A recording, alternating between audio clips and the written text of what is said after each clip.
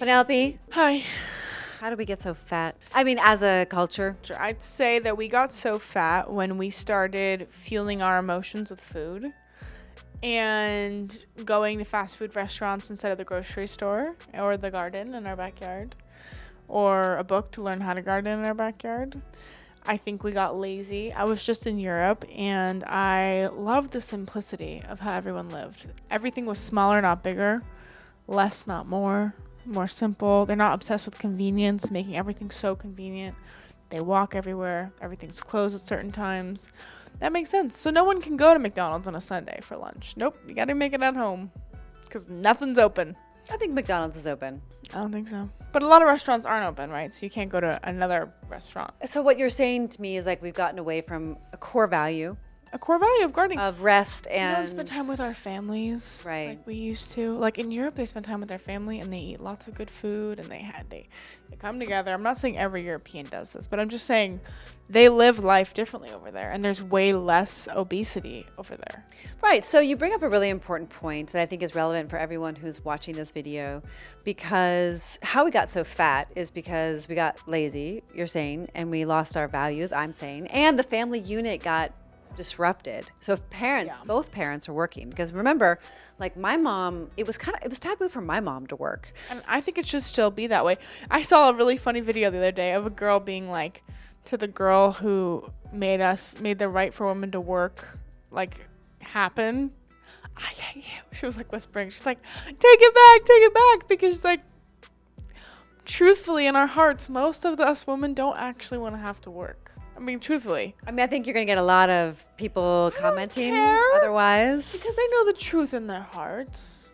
They'd much rather be at home gardening and chilling with their kids or their family or doing anything but working a 9 to 5 for someone else. Right. I mean, I can't speak for all the women. I know that I feel like I have a purpose, and this is my purpose, to help women overcome, 100%. to overcome obesity But that's not a 9 to and 5. suffering. That's not a 9 to 5. It's probably more than a 9 to 5. It's more than that. But it's It's but it's different to me. It's not like we're going to a corporate job or working a 9 to 5 in the Right. matrix. It's different. I agree. I completely agree. This is purpose work, and so it's a different That's different level. Sure, it feels more like a contribution than anything. But the breakdown of the family unit is important. You know, my grandmother, it was completely taboo for her to work, and the reason why I bring this up is because it used to be the family's responsibility to teach the daughters and some sons, also, like how to cook, like how to garden, how to cook, how to sew, how to clean. You know, because they were at home and they raised their kids. Daycare is a new idea. Like elder care and daycare are signs that our culture is perhaps devolving in a way. That's just not the way we've evolved for thousands of years. But what's interesting is that now the doctors and the schools are supposed to teach us about these things. And you can tell that there's this gap in nutrition. For example, like who teaches you how to cook? I don't know about you, but I know so many adults my age who have no idea how to nourish themselves. And they're more confused than ever with the birth of the internet because their doctors didn't get it in their education. They got 1 semester out of the 8 years of school that they were in. They're not qualified to teach you about nutrition properly, nor is it part of their business model to help you to learn how to cook. So they'll usually have a nutritionist in their office that your insurance may or may not pay for. But if you don't have the money for a doctor or a nutritionist, what are you supposed to do? Yeah. So if your parents didn't teach you and your doctor can't tell you, and home economics is now sexist and you're not learning in school, it's totally up to you to learn how to cook and how to make the food taste good and how to budget and everything. All the things. It's a lot. Yeah. I talk to people every single day of the week who don't know where to shop, what to buy, what's in season, how to make it, and they're grown adults. I mean, your life depends on it, but your doctor won't tell you that because he's not convinced of that. Right. It's shocking. Yeah. So I think part of the way we got so fat is a breakdown of the family unit, but it's also the way our society has taken shape. And taken shape, pun intended. There's an education problem. And it's massive. And that's why our program exists, to teach you about how to shop, where to shop, what to make, how to make it. It's really valuable. Like you'll take those skills with you for the rest of your life. Yeah. No one really taught you how to manage your emotions. I mean, your parents modeled it? I doubt it. I mean, really, how are people supposed to learn what to do with their emotions? Their emotions come all day. You get frustrated, you get angry, you get happy, you get sad, you get upset. Like, what are you supposed to do? You know, I love this one thing. So there's the class, right? And Taryn Toomey, she said during one of her classes, she said, for those of you who don't know, it's like a workout class online. It's great. I highly recommend. She said in the class, she said, I was just, doing jumping jacks and my kid was like screaming at me or something like that. And I was just doing jumping jacks and I felt way better after.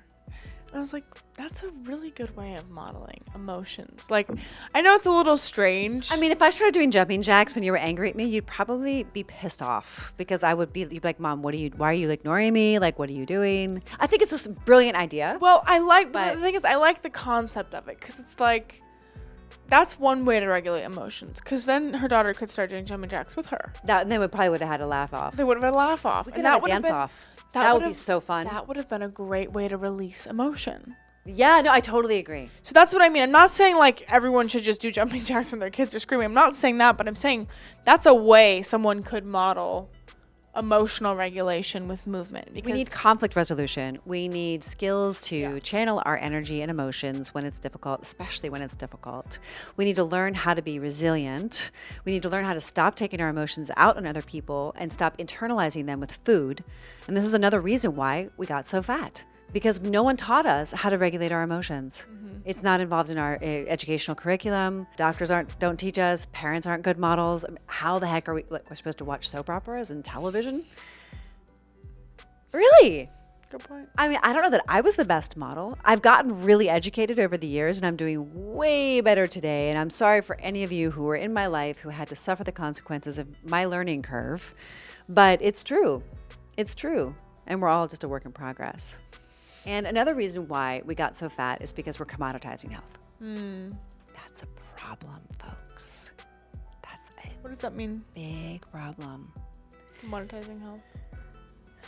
People are making a lot of money off of cancer and diabetes and obesity. These are huge, huge, huge markets. And that's why Ozempic is so popular. That's why they're calling obesity a disease, because then the insurance companies are required to pay for it.